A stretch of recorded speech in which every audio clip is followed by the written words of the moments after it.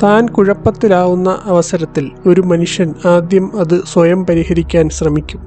അതിന് കഴിയാതെ വരുമ്പോൾ അവൻ മറ്റുള്ളവരുടെ സഹായം തേടും. രാജാക്കന്മാർ, ഉദ്യോഗസ്ഥർ, സമ്പന്നർ, ഇനി അസുഖം ബാധിച്ചാൽ വൈദ്യന്മാർ. അതും പരാജയപ്പെടുമ്പോഴാണ് അവൻ അള്ളാഹുവിലേക്ക് തിരിയുന്നത്.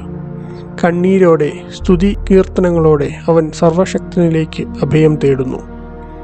മറ്റു വാക്കുകളിൽ പറഞ്ഞാൽ, സ്വന്തത്തെക്കൊണ്ട് നിറവേറ്റാനാവുന്ന കാര്യങ്ങളിൽ ആരും മറ്റുള്ളവരുടെ സഹായം തേടില്ല. അതുപോലെ മറ്റു പടപ്പുകളിൽ നിന്ന് സഹായം ലഭ്യമാവുന്ന കാര്യങ്ങളിൽ നാം അള്ളാഹുവിനോട് തേടുന്നില്ല. ഒടുവിൽ എല്ലാ വഴിയും അടയുമ്പോഴാണ് നാം സർവശക്തനായ അള്ളാഹുവിന് മുന്നിൽ സ്വയം സമർപ്പിക്കുന്നത്. ദുആകളോടെ, കണ്ണീരോടെ ആ സാഹചര്യത്തിൽ മനുഷ്യൻ അള്ളാഹുവിനോട് കേഴുന്നു.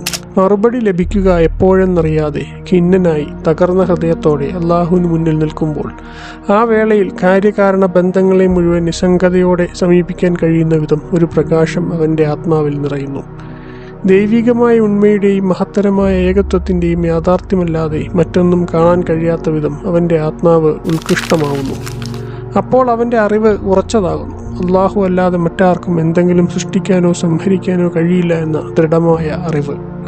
ചലിപ്പിക്കാനും നിശ്ചലമാക്കാനും ഗുണദോഷങ്ങൾ പ്രദാനം ചെയ്യാനും ജീവിപ്പിക്കാനും മരിപ്പിക്കാനും പരിപോഷിപ്പിക്കാനും ക്ഷയിപ്പിക്കാനും എല്ലാം ആത്യന്തികമായി ശക്തിയുള്ളത് അള്ളാഹുവിന് മാത്രമാണ് എന്ന ദൃഢബോധ്യം. അങ്ങനെ ആ മനുഷ്യൻ ഒരു കളിക്കാരൻ്റെ കയ്യിലെ പന്ത് പോലെ, ആഴയുടെ മടിത്തട്ടിലെ ശിശുവിനെ പോലെ, കുളിപ്പിക്കുന്നവൻ്റെ കയ്യിലെ മയ്യത്ത് പോലെ അതിൻ്റെ കൈകാര്യകർത്താവിന് അധീനപ്പെട്ട ഒന്നാവുന്നു. തൻ്റെ ഉടമയുടെ ഇച്ഛയ്ക്ക് മുന്നിൽ തൻ്റെ വ്യക്തിത്വം നഷ്ടമാക്കിയ ഒരാൾ ഈ ഉന്നതമായ ആത്മീയ അവസ്ഥയിൽ ആണ്ടുപോകുന്നതോടെ തൻ്റെ നാഥൻ്റെ പ്രവർത്തനങ്ങളല്ലാതെ മറ്റൊന്നിനെക്കുറിച്ചും അയാൾക്ക് ധാരണയില്ലാതാവുന്നു. മറ്റൊന്നും അയാൾ കേൾക്കുകയോ കാണുകയോ ചിന്തിക്കുകയോ ചെയ്യുന്നില്ല.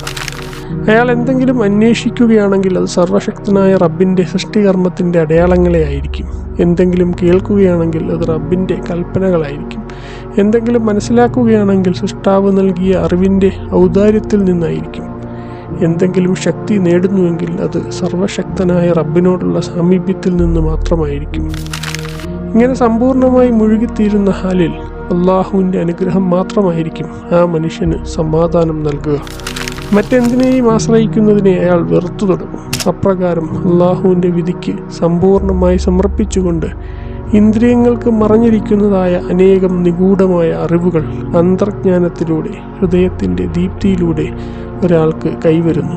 തൻ്റെ നാഥൻ്റെ എണ്ണമറ്റ അനുഗ്രഹങ്ങളോടുള്ള നന്ദി അയാളിൽ കരകവിഞ്ഞ് ഒഴുകുവാൻ തുടങ്ങുന്നു.